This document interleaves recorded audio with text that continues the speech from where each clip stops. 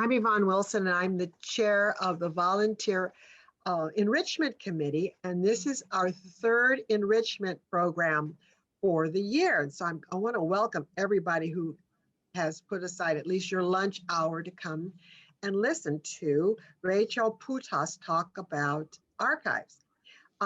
Rachel graduated from Scripps College with a BA in organismal biology.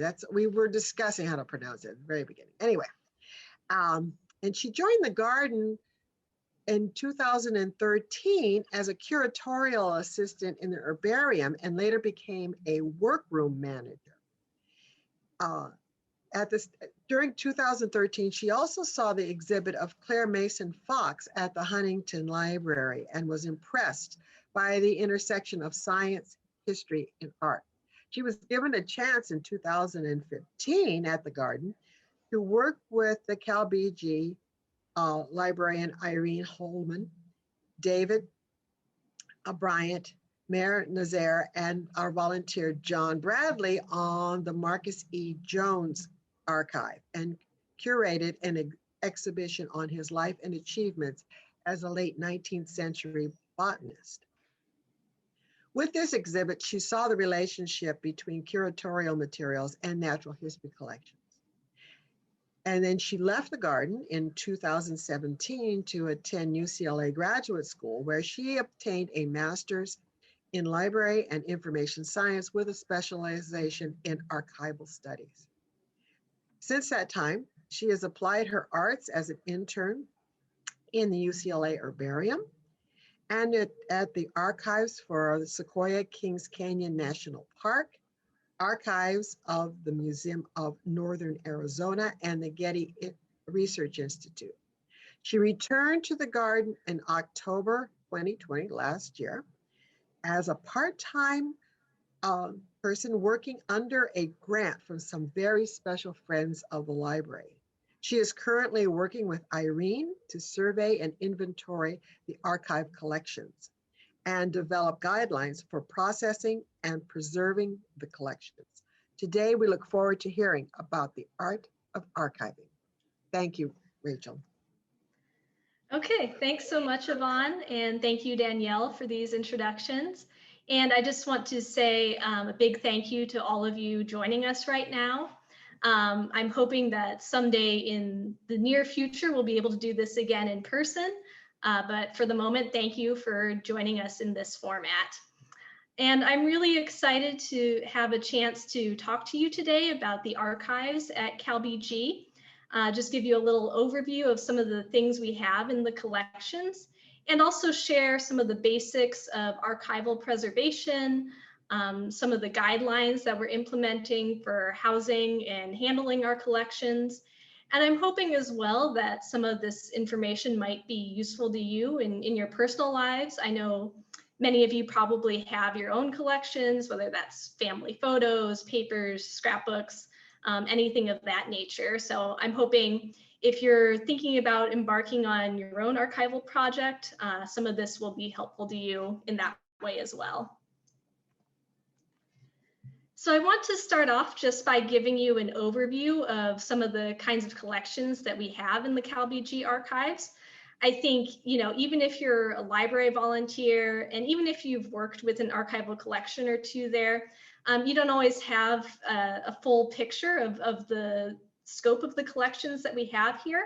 I certainly didn't going in, but now I have a slightly better grasp. So I just wanted to give you an idea of some of the things that we have here. So we have a few different kinds of collections. So the first kind of collection that we have are the institutional records.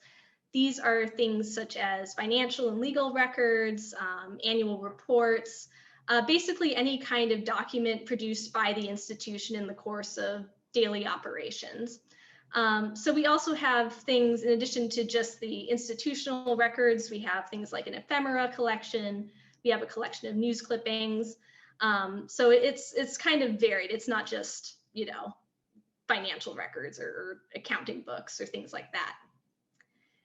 The biggest category of collections that we have are professional papers. Most of these are the papers of botanists, most of them affiliated with the garden in some way. So for instance, we have the Marcus E. Jones papers, which Yvonne mentioned in the introduction. We have the Robert Thorne papers. So this picture that I've put on the left is from one of his notebooks, and I think it's quite cool, you know, from his World War II experiences. In addition to the papers of botanists, we also have a few collections of papers from horticulturalists, such as a collection of Theodore Payne catalogs and some correspondence. And we also have the papers of other people who are affiliated with the garden in some fashion. So for instance, members of the Bryant family, we have their papers as well. And so professional papers, by the way, doesn't just mean papers. It can also mean things like photographs. It can be things like field notes, even objects. It really is quite a broad category, but anything produced for a person's work. We also have photograph, print, and artwork collections. You may have, again, Yvonne mentioned this in the introduction, but we have the botanical illustrations of Clara Mason Fox, which is one of my personal favorites. A selection of about 150 watercolors painted by Fox in Silverado Canyon in Orange County at the end of the 19th century. We also have things like the CalBG photograph collection documenting the history of the garden through photography. Finally, we also have things I'm calling topical collections, which are collections organized around a certain theme or topic that don't really fall under these other categories. So one of these is the Field Notebook Collection, which is one of our most sought after collections. And we also have the Lee W. Lenzamate Collection. So this is one of our few ethnobotanical collections. And this is obviously not an exhaustive list of all the collections that we have at the garden, just kind of some of the highlights. So in addition to having a variety of collections, within these collections, we also have a lot of different material types. So everything from paper documents to photographic materials, field notebooks, manuscripts, publications, artwork, maps and architectural plans, kind of bulky objects or artifacts is what I'm calling them, and some audiovisual and digital media. And so when we get into the preservation part of this presentation, these are the main kinds of materials I'm going to be focusing on. So I'm not really going to be talking about things like rare books today, or natural history collections or herbarium specimens. And I'm also not really going to be touching on digital preservation so much. We're really just going to focus today on the physical object itself. And the last thing I want to add too about the types of materials we have, most of them are dated kind of century to the 20th century. So that's sort of the time frame that we're talking about here. So I just wanted to add a little bit of a note on access right now, because again, you know, we're kind of in weird times and things are not open as they usually would be, you know, both to the public and unfortunately to all of you volunteers. But there are a few ways that you can still access the collections remotely. So one of the new things we've just added to the library and archives page on our website is a collections guide. And this is just a brief summary of each of the collections we have in the archives at CalBG. So please check it out when you have a moment. We also have a few finding aids now available on the Online Archive of California. Again, I put the link up there. In case you don't know what a finding aid is or you haven't seen one before, it's basically a more in-depth summary of what's in a collection. So things like dates covered, you know, there'll be notes about the people involved, and then a list of what's in the collection. Not an exhaustive inventory, but a little bit more streamlined. We also have some digitized pictures available on California Revealed. So you can check those out. This picture in the background of this slide is one of those images that's been digitized for us by California Revealed. So here's the library at some unknown date. And finally, if you have any questions about the collections we have here, or any questions about preservation, or just anything along those lines, please do feel free to email me. I'm always happy to answer questions, or do my best to answer questions. So let's get into the next part of this presentation, which is talking about what preservation is and just some of the basics involved.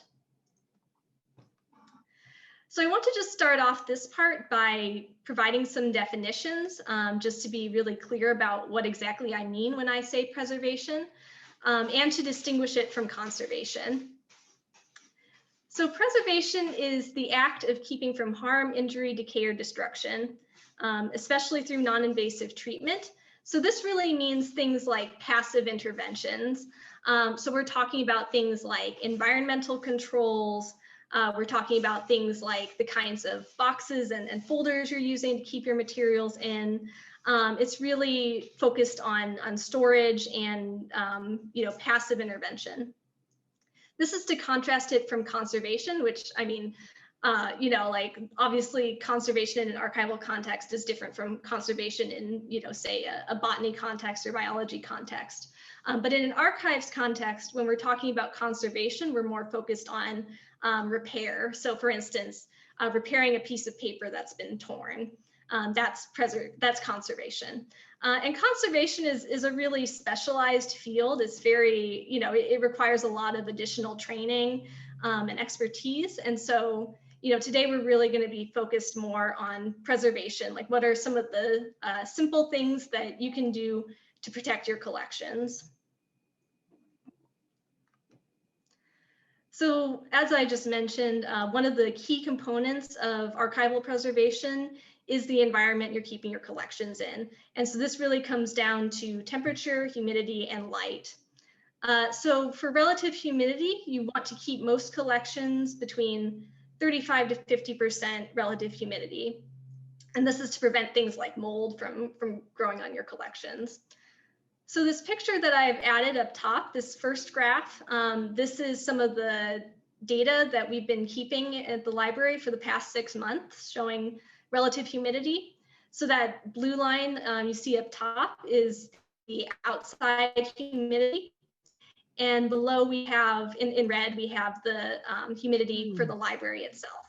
And you can see that we are doing really well in terms of relative humidity for the library. It's right in the range where we want it to be, so that's great. In terms of temperature, for collections, most of them you can store at room temperature or cooler. For certain kinds of collections, it is preferred to keep things colder. So for instance, film or color photographs are better off in cold storage. I realize that not everybody has their own personal vault where they can keep things at a cooler temperature, but that is ideal. So in this graph below, we've got, again, here is some of the data we've been keeping on the library's temperature. So again, that blue line is the outside temperature, and that red line is the inside temperature. So we do run a little bit warm in the library, slightly maybe above where we would want it to be, but some of that too has to be balanced with the comfort of people working in there. Like, it's not fun to be working in an icebox. So in terms of lighting, you also want to be sure that you're storing your collections in dark environments. And this is especially true for things like photographs, artwork, things that are more likely to fade quickly. And fading can happen in both natural and artificial lighting. Finally, if you can, I highly recommend monitoring your environment if possible, using things like data loggers. Like this, I think is really key for catching problems before they really become big problems. And another thing too is again, if you're keeping your own collections, it's really better, if you can, to not store them in places like your garage, your attic, your basement, because again, these are the types of places where temperature and humidity are going to be the least stable, and you're most likely to run into problems. All right, and I just want to talk a little bit about archival supplies as well. Again, this might be, of interest to you if you're embarking on your own archival project, because, a lot of things out there say they're archival quality supplies, but, you don't always know what exactly that means. So I just wanted to share a few common terms you might come across. So one of these is acid-free. So that just refers to the pH of your folders or boxes or whatever kind of supplies you're working with, which means that the pH is either neutral or slightly alkaline. For paper-based products, again, like folders or boxes, you may also see things that say they're lignin-free. So that means that, again, the kind of naturally occurring acid has been removed. For plastic products, one thing you want to look for is whether it's PVC-free, so no polyvinyl chloride. You might also see something that says if it's past the PAT. This is the photographic activity test, and it's the ISO standard that's used for photographic sleeves and other kinds of similar materials. Finally, you might also see something that says that the material is buffered or unbuffered. And this just means that the container has or doesn't have an alkaline substance added to it. And this is meant to counteract the acidity of whatever's inside. In most cases, buffered is fine. For instance, for papers, buffered is totally fine. There's a few types of items, for instance, certain types of fabrics, such as silk or leather, animal-based types of materials, where you do want to use unbuffered. Same as well for things like blueprints, if you happen to be storing a lot of blueprints for some reason. The last thing I just want to say about archival supplies is that they do come at a cost. I think people are often surprised at how expensive these materials can be. So for instance, that top picture I'm showing you here, those are file folders, 100 pack, that was $45. So, if you are starting your own project, you may want to think about, what your budget is and really consider prioritizing and thinking about what's most important to you to preserve. Finally, before we start getting into specifics about different kinds of materials handling, just as a general principle, for preservation, you really want to think carefully before you do anything that can't be reversed. And I'm just going to share a little story to sort of illustrate what I mean by that and why. And also, just also to say that archival preservation practices are continuing to evolve. And I'm sure that some of the things that we're doing, at 50 right now will not be acceptable 50 years from now, just as we learn more about the materials and about how to better preserve them. So this picture that I'm sharing with you is from the National Archives from 1939. And what this person is doing is laminating historical documents. So laminating, you're probably familiar with, it's the process of you put a piece of paper and you encase it in some kind of plastic by applying heat and pressure. And this practice was done in a lot of archives in the United States from the 1930s until about the 1960s. When they realized that maybe this was not such a great idea to be applying a lot of heat and pressure to fragile historical documents. And part of the problem here is, you can understand what the thinking was. They were thinking, oh, this is protecting the document, this is strengthening it. But really, they've started to realize several decades down the line, eventually lamination starts to fail. And the bad thing about it is really hard to undo. You can delaminate papers, but it takes a lot of effort and it doesn't always work. So I just want to include this as sort of a cautionary tale before we proceed, just to, think about that before you, do anything that might accidentally cause harm to your archives. So I'm going to start now just by talking about some general handling procedures and then go into specific materials. And I also want to just mention that a lot of these guidelines are drawn from the practices that I was introduced to while working at the Getty Research Institute. So I'm really leaning a lot on what I learned there. So in terms of general handling, however, hopefully most of these are pretty obvious. So for instance, you want to have clean, dry hands when you're handling archival material.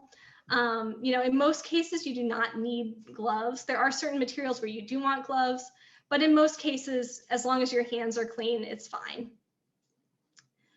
So the second point goes back to what I was just talking about in terms of not doing anything irreversible.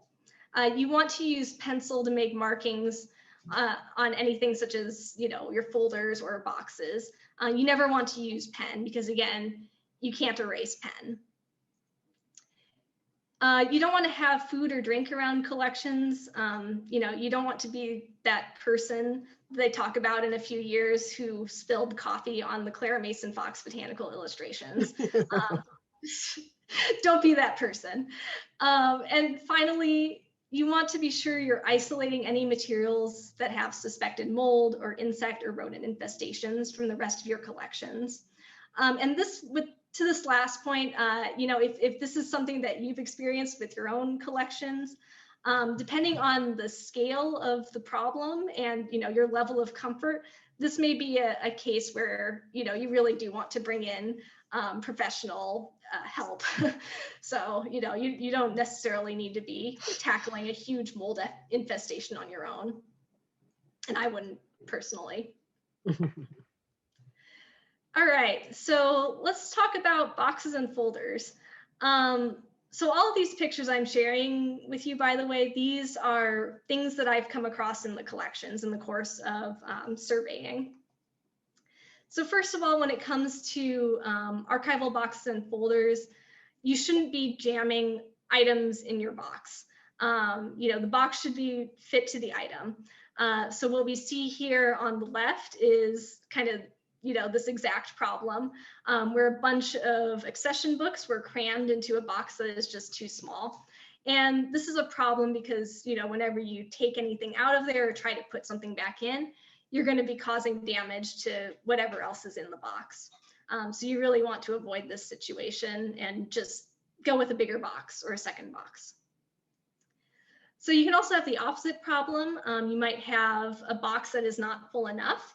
In which case you can run into the issue of items sagging against each other and folding. So, if you don't have a smaller box available, what you can do is sort of pad out the rest of the box. So with things like spacers or foam padding or archival tissue paper.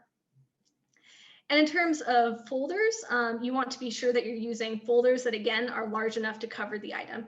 You don't want things sticking out over the edge because, again, that's how you get damage. So here's just a few pictures. On the left, that's that same box that we just saw, and you can really see how it's just bulging out. The items are just, it was just way too tight. In the middle, we've got, again, that sort of opposite situation where it's not full enough. For that one, I replaced it with a smaller box or more narrow box.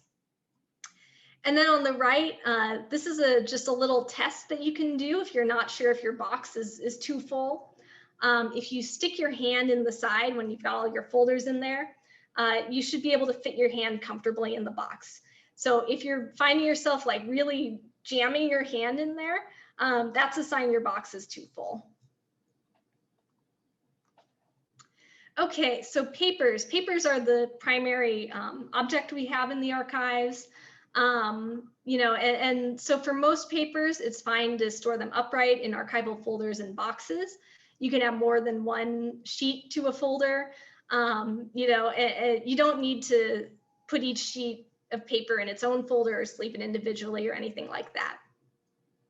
That said, there are situations where you may want to separate out certain papers, in particular, anything that is highly acidic. So again, acid is just sort of a naturally occurring thing in paper, but some papers are more acidic than others.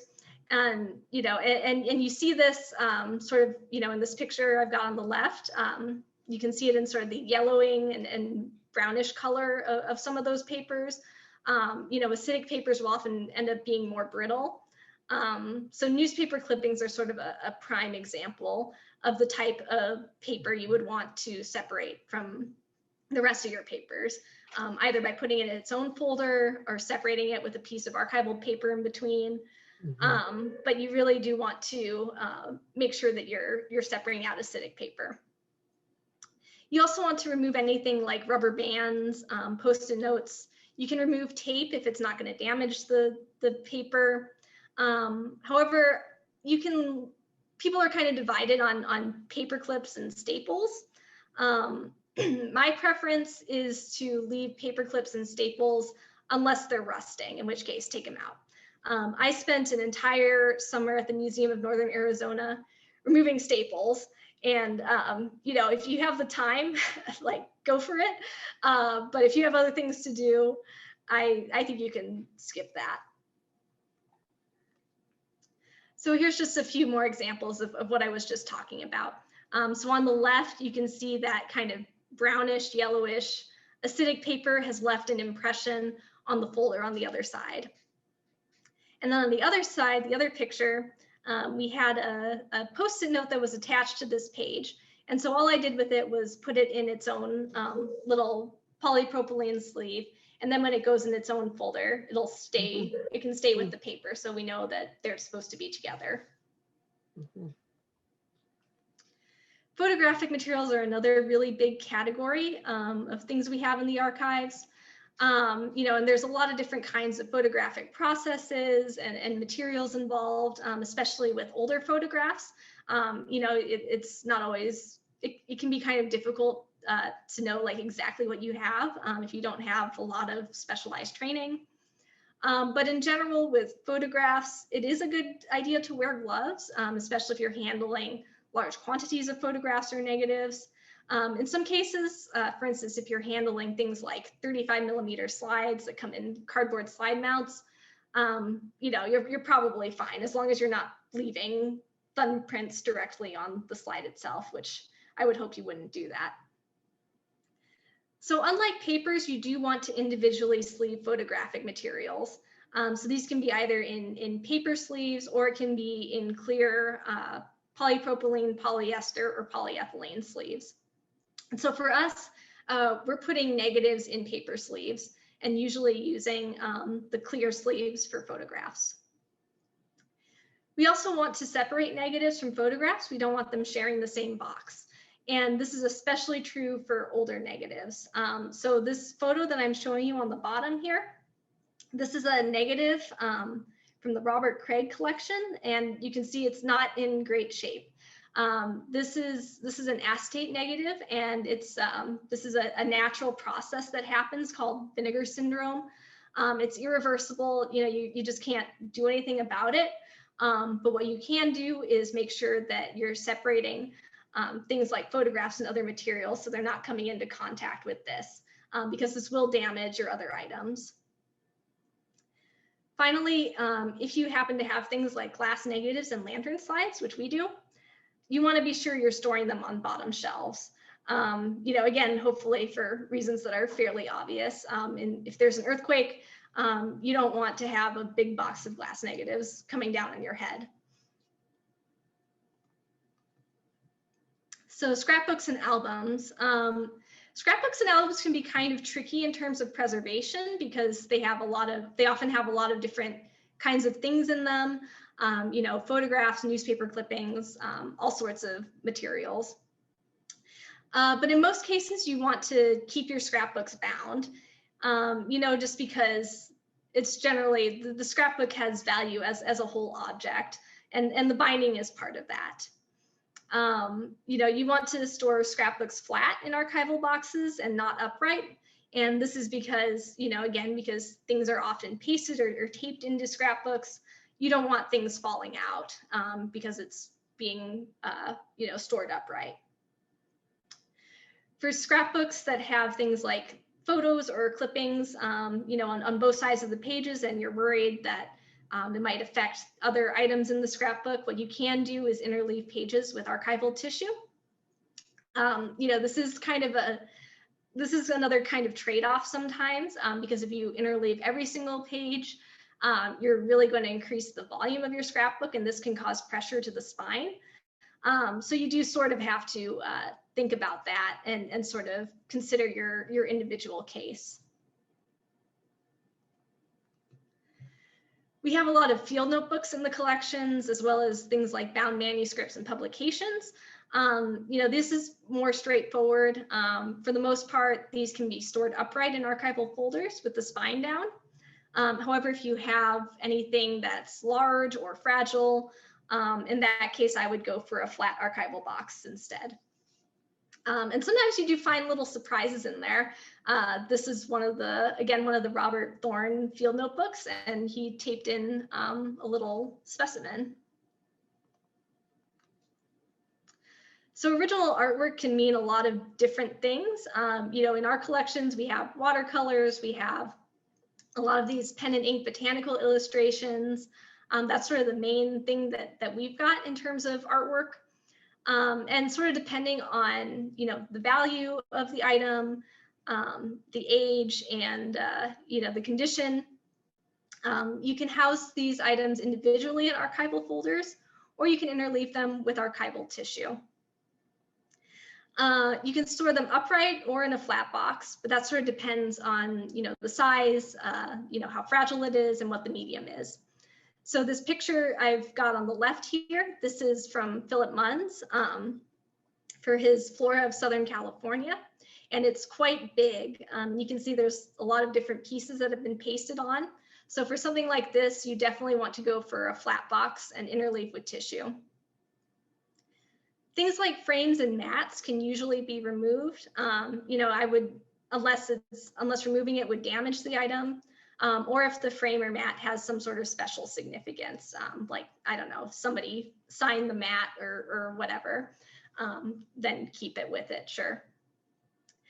The main thing about original artwork and preserving and storing artwork, I would highly recommend, unless you're a trained conservator, not to attempt repairs on your own. And this kind of goes for other items too, but I think especially for artwork, it is really easy to screw up. And so it's just better to ask for professional advice. So for instance, you can see with this particular piece of artwork, one of the pasted illustrations has come off. And so we're not going to try to tape it down or glue it back down. We'll just keep it with the rest of the illustration, and maybe down the line, we can ask a conservator for advice. So maps, posters, and other oversized papers, you can kind of do a couple different things with these. My personal preference in most cases is to roll and tie them and store them in longer telescoping boxes. And the main reason that I sort of prefer to do this is for space reasons. These can take up quite a bit of room. If you're going this route, what you want to do when you roll them is make sure you're tying them with string and not using things like rubber bands or tape or paper clips, especially not rubber bands. However, if you have maps or other oversized papers that are more fragile, they're older, or you just feel like, you feel like they might be damaged by rolling, it's also totally fine to store them flat in archival folders and in oversized boxes. And again, I mentioned earlier when we were talking about archival supplies, buffered versus unbuffered. For blueprints, make sure you're using unbuffered boxes and folders. So we have some things that I'm calling bulky objects or artifacts, just sort of unusual items that, are not sort of typical archives. So for instance, this is Sherwin-Carlquist microscope. We have that. So again, you want to be sure that you're storing this in a box that's large enough for the item. You'll probably want to pad it with archival tissue to prevent it from sliding around. But also depending on what exactly you have, the size, the shape, you may not need a box, and some other solution might work better. So for instance, when I was working at the Museum of Northern Arizona, we have a lot of Native American baskets and clay pots. And rather than store these in individual boxes, a lot of the bigger ones were just stored in cases. So the last kind of material I want to talk about is audiovisual and or digital media. And again, I want to emphasize, we're really just talking about the preservation of the physical object today, which is not the same thing as preserving whatever content is on your audiovisual or digital media. So one thing you can do if you have some sort of strange audiovisual media that you don't really know what it is, I like the Museum of Obsolete Media, which is a website that you can visit and that can help you identify your format. So in this picture, we've got several different kinds of obsolete media, some of which I never encountered anywhere before. So if you have things like film reels, and we don't have very many, but we do have a few, these are best stored flat in metal canisters. And again, film is one of those kinds of materials where you really do want to use gloves when you're handling them, because it's just really easy to leave fingerprints.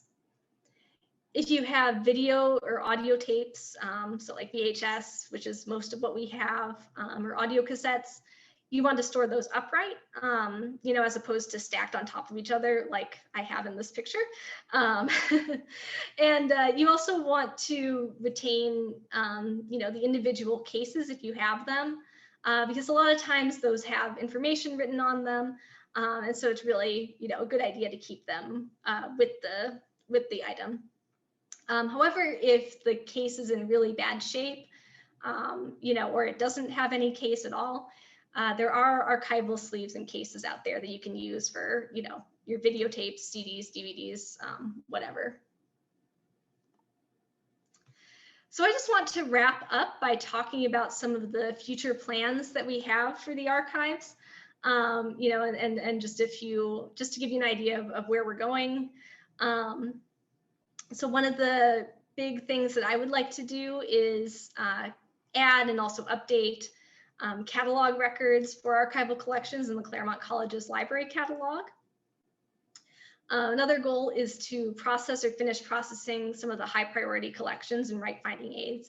And by process, I mean, you know, organizing the collection, rehousing it archivally as we, you know, in all the ways we just talked about, and then also writing a finding aid, you know, as the kind of collections guide that so people can understand what we have in the collection.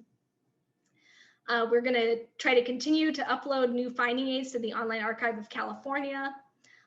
We want to develop some strategies for how to manage and preserve digital content in particular, because now obviously a lot of the material that's being produced by the garden is digital over, you know, analog, and we just haven't had a really great way in the past to handle this type of material. And finally, I'm going to continue writing more archival processing guidelines for library staff and volunteers, and also work on just developing some projects that can be done remotely. And I just want to end here with a list of some resources that I used to put together this presentation, but again, I hope might be helpful to you as well, if you're doing your own project or if you're just curious and want to know more. And with that, I would like to say thank you to everybody again for joining us, and I'm happy to answer any questions that you have. So thank you. Great, thank you, Rachel. Okay, let's see. I already see a couple questions popping into our Q&A section. So now's the time. Go ahead, send in your questions, and we will start going through them. Okay, let's see. First up, do you have or use archival paper clips? There are archival paper clips, actually. We don't use them here. I mean, I guess we could. One thing that we were doing at the Getty Research Institute, though, was if you had several pieces of paper that you wanted to, you know, show how they were grouped together, and you'd removed a paper clip or staple or something, you would just wrap it in a piece of archival paper, like kind of hamburger style, to keep the papers together. So that is one way you can do it. But there are archival paper clips, actually. Right, good to know. Let's see here. How are you handling the pressed plants that can be found in our archives? So, okay, this probably goes back to that picture I showed of the notebook. We don't have a whole lot of those that I've come across so far, you know, and so I haven't really had to deal with a whole lot. I think that the best solution for that is to probably, if it's in a notebook like that, interleave it with some archival tissue and probably call that good. You know, and just sort of treat it as you would like a scrapbook that has other things like photos or newspaper clippings, and that should be fine. Very relevant for us here. All right, we have some great questions coming in. Real quick though, somebody wants to know if we can go back to the resources slide. If we could go back to the sources slide and leave that up for the rest of our questions. Yeah, of course. Probably gonna be good. Take notes. Okay, great. So we have that one done. Let's see. Next up. Have you ever made a mistake with a repair of an archival item? They want the juicy details. Okay, all right. This is so embarrassing. So when I was an intern at Sequoia and Kings Canyon National Park, it's a small archive and it is very, very crammed, like super crammed. And we had to do an inventory, you know, and this is just an annual inventory, like nothing special. But there were a few items at the end that we just could not find anywhere. And so there was a kind of a back room where the curator was storing all the unaccessioned objects, you know, like kind of anything you can imagine was back in that room. And it was, again, super crammed, you know, things stacked on top of each other, like really crazy.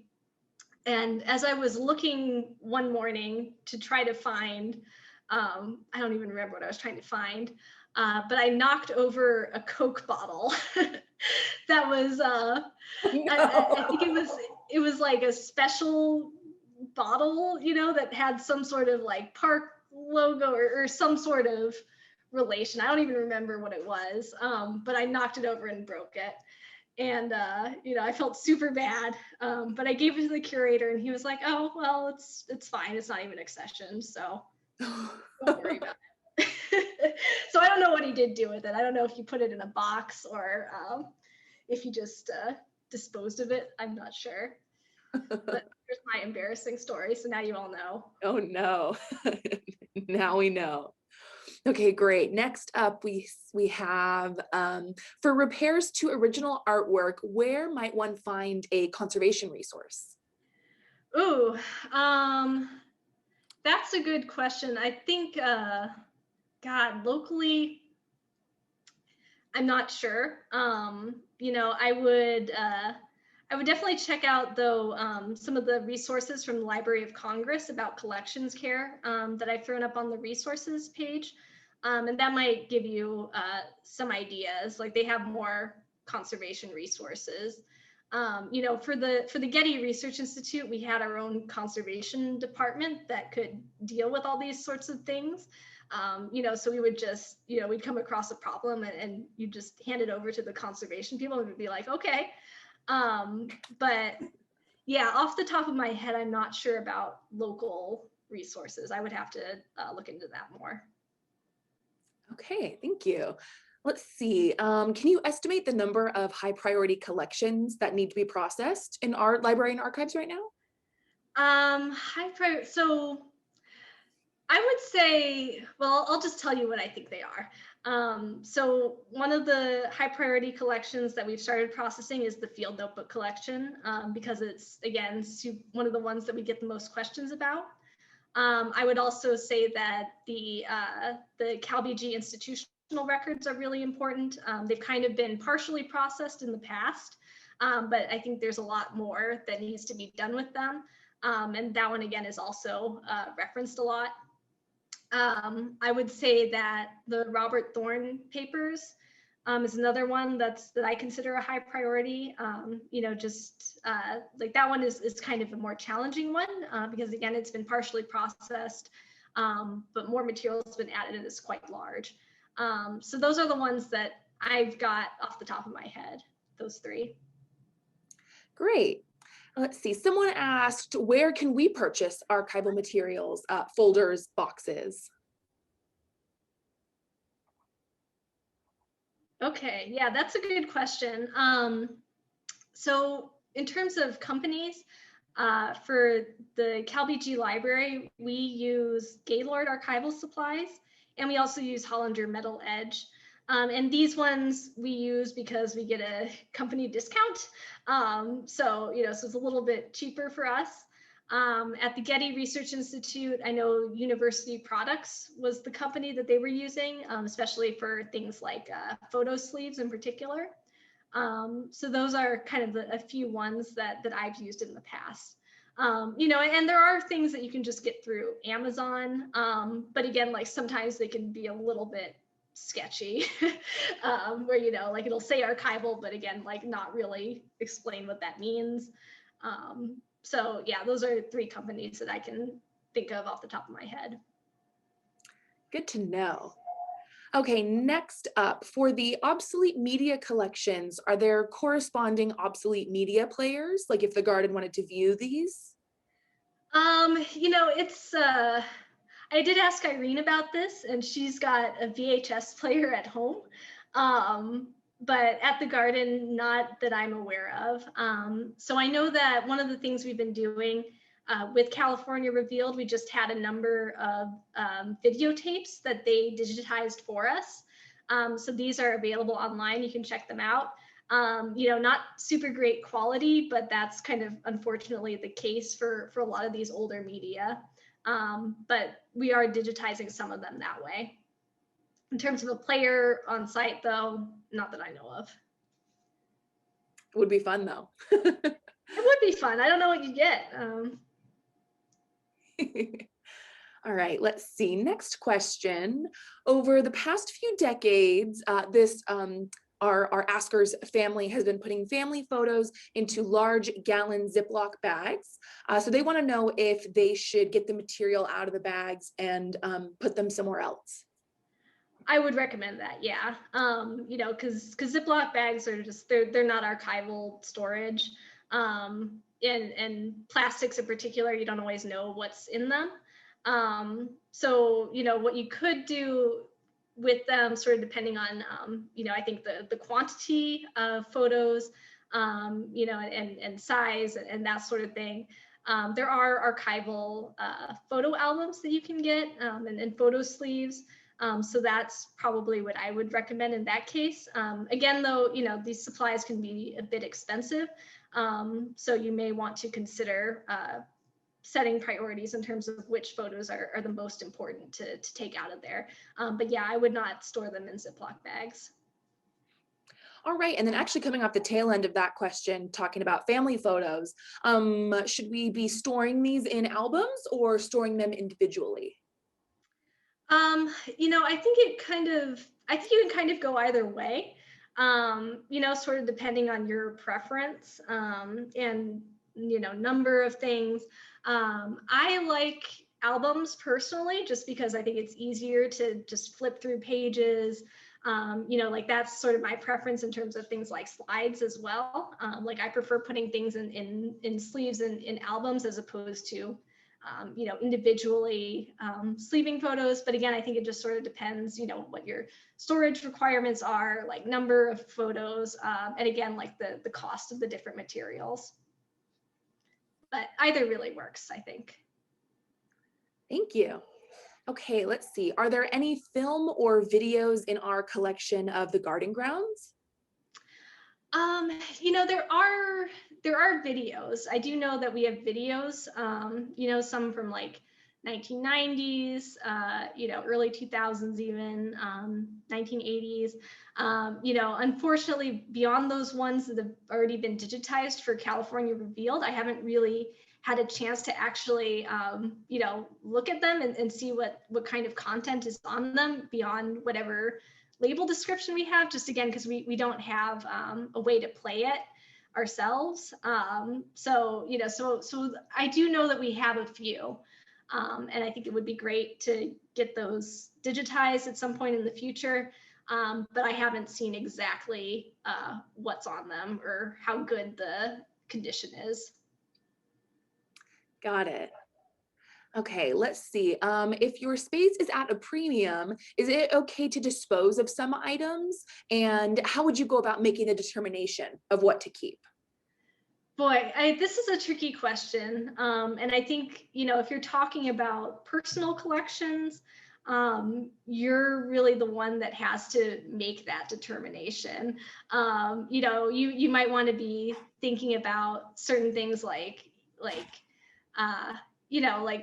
value in terms of family history, for instance. Like what's the condition of the item, is another one. So, so for instance, like that, I showed you the picture of that negative few screens back that's in really bad shape, and we're going to keep that sort of thing. But if that's something that you have, and you have a photograph, the version is in photograph form, then maybe you don't want to keep it. I don't know. But I think it really kind of comes down to, your own assessment of what you consider most valuable. For us, speaking about the archives here, like deciding to dispose of things is a pretty difficult decision. Like it's a complicated one. We have certain collections that that don't really necessarily fit our scope. Or collections where there's no real connection to the garden. In some of these cases, what we usually end up doing is we'll transfer it to another institution, where they might have a better connection than we do. But yeah, it's really, disposing of things is a really tough decision. And I kind of don't like to make that decision if I don't have to. Absolutely. Okay, let's see. Somebody asked, they said they have several reels of 16mm film from family home movies, and they said that they have been advised not to digitize. What would your recommendation be? I think it sort of depends on the condition of the film, yeah, I don't know. I feel like there's probably I'm not sure what the reasoning was for being told not to digitize. Again, like film is one of those things where it's eventually going to deteriorate and you're going to lose the content at some point. Especially if you have a hard time providing things like cold storage, like that thing, those sorts of things that can slow down deterioration. So in general, if you've got the means to do it, I would say, sure, go ahead and digitize, especially for things like home movies where you're just not going to have any other copies existing anywhere. Great. All right. Last chance to send in questions. I'll read the last one that I at least have pulled up here. Rachel, what has been your favorite archive collection at CalBG to process? Ooh, that's a good question, because I've worked with a few different ones now. I've actually really liked working with Robert Thorne's stuff. And this is a collection that, because it's so big and because there are a lot of other things that I need to do, I kind of doubt that I'll actually finish processing it. But there are definitely some really cool things in there, like the photographs I showed you earlier. Pictures of him and during his service in World War II. That's just really super fascinating. And so I've really liked being able to come across things like this. I also really did like working with the Marcus Jones papers, again, because, there's just really neat photographs in there, and it really gives you sort of a picture into his world. I love working with photographs in general. Great. Let's see, we did have another question roll in. If you already have digitized 8mm home movies, if you have the film, should you keep the original film if you have them already digitized? I would keep it, unless you have really limited storage, or if the film itself is in really bad condition. But usually at least for, professional archives, the practice is to keep both the original and the copy, you know, just because it's the original. Great, thank you. All right, I think that looks, oh, here we go, got another one. I was gonna say, it looks like we're wrapping up, but we have another one that popped in. Someone says they have a collection of newspapers from important events, elections, etc. The earliest go back to the 60s and capture the hippie era and the politics since. Any advice on how to preserve these acidic newspapers? Right, so like I was saying before, I think that there's a few different things you can do. Probably you'll want to be storing each one individually in its own folder, archival folder, and then in archival boxes. You might have a few different sizes, so you know, you might end up having to store certain things based on their size. One thing that you can do is, you know, you can make preservation copies if you want, you know, which just means copying the newspaper onto, you know, a piece of acid-free paper, archival paper. You know, and this was one of the things that we were doing at the Getty, you know, so that is an option, because yeah, newspaper is just, it's kind of a difficult thing to work with because it does deteriorate really quickly. So I think, yeah, like I would store them individually, make sure they're not coming in contact with anything else, and then yeah, possibly making a preservation copy if you feel so inclined and have the time. Great. Okay, I think that looks like it's it on my end for questions. Thanks, Rachel. Okay, thank you all. This is fun. Well, thanks everyone, and we'll see you next time. Look for any additional enrichments this year. So we'll see you all later. Bye-bye.